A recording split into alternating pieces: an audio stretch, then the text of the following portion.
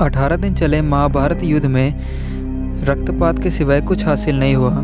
इस युद्ध में कौरवों के समस्त कुल का नाश हुआ। साथ ही पांचों पांडवों को छोड़कर पांडव कुल के अधिकांश लोग मारे गए।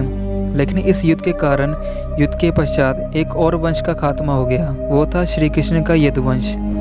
गांधारी ने दिया था यदुवंश के नाश का श्राप। महाभारत युद्ध की समाप्ति के बाद जब युधिष्ठिर का राजतिलक हो रहा था, तब कौरवों की माता गांधारी ने महाभारत युद्ध के लिए श्री कृष्ण को दोषी ठहराते हुए श्राप दिया कि जिस प्रकार कौरवों के वंश का नाश हुआ है, ठीक उसी प्रकार यदुवंश का भी नाश हो। गांधारी के श्राप से विनाश काल जाने के कारण श्री कृष्ण द्वारिका लौटकर यदुवंशियों को लेकर प्रयास क्षेत्र में आ रहे थे। यदुवंशी अपने साथ अन्न भंडार भी लेकर आए थे।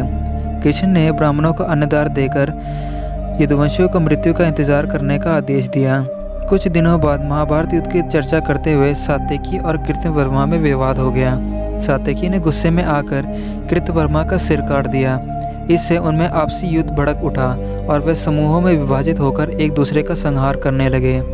इस लड़ाई में श्री कृष्ण के पुत्र प्रद्युम्न और मित्र सात्यकी समेत सभी यदुवंश मारे गए थे, लेकिन बब्रू और दारुक ही बचे रह गए थे।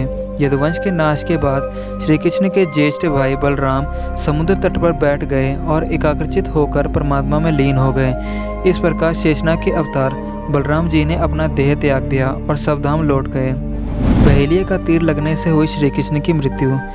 बलराम जी के देह त्यागने के बाद एक दिन जब श्री कृष्ण जी पीपल के नीचे ध्यान लगाकर मुद्रा में बैठे थे, तब उस क्षेत्र में एक जरा नाम का पहेलिया आया। जरा एक शिकारी था और वह हिरन का शिकार करना चाहता था। जरा को दूर से हिरन के मुख के समान श्री कृष्ण का तलवा दिखाई दिया। पहेलिया ने बिना कोई विचार किए वहीं से एक तीर छोड़ दिया, जो श्री कृष्ण के तलवे में जाकर लगा। जब वह पास गया तो उसने देखा कि श्री कृष्ण के पैरों में उसने तीर मार दिया है। इसके बाद उसे बहुत पश्चाताप हुआ और वह क्षमा याचना करने लगा। जब श्री कृष्ण ने बहेली से कहा कि जरा तू डर मत, तूने मेरे मन का काम किया है, अब तू मेरी आज्ञा से स्वर्गलोक को प्राप्त करेगा। बहेलिये के जाने के बाद वहाँ श्री कृष्ण का सारथी दारुक पहुँच गया। दारुक को देखकर श्री कृष्ण ने कहा कि वे द्वारिका जाकर सभी को यह बताए कि पूरा यदुवंश नष्ट हो चुका है। बलराम जी के साथ श्री कृष्ण भी सबधाम लौट चुके हैं। अंततः सभी लोग द्वारिका छोड़ दो, क्योंकि यह नगरी अब जल में मग्न होने वाली है।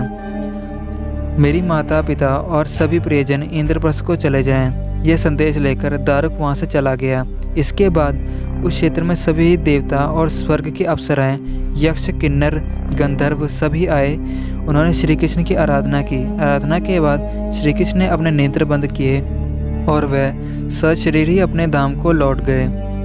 श्रीमद् भागवत के अनुसार जब श्री कृष्ण और बलराम के सबधाम गमन की सूचना इनके प्रियजनों तक पहुंची, तो इन्होंने भी दुख से प्राण त्याग दिए।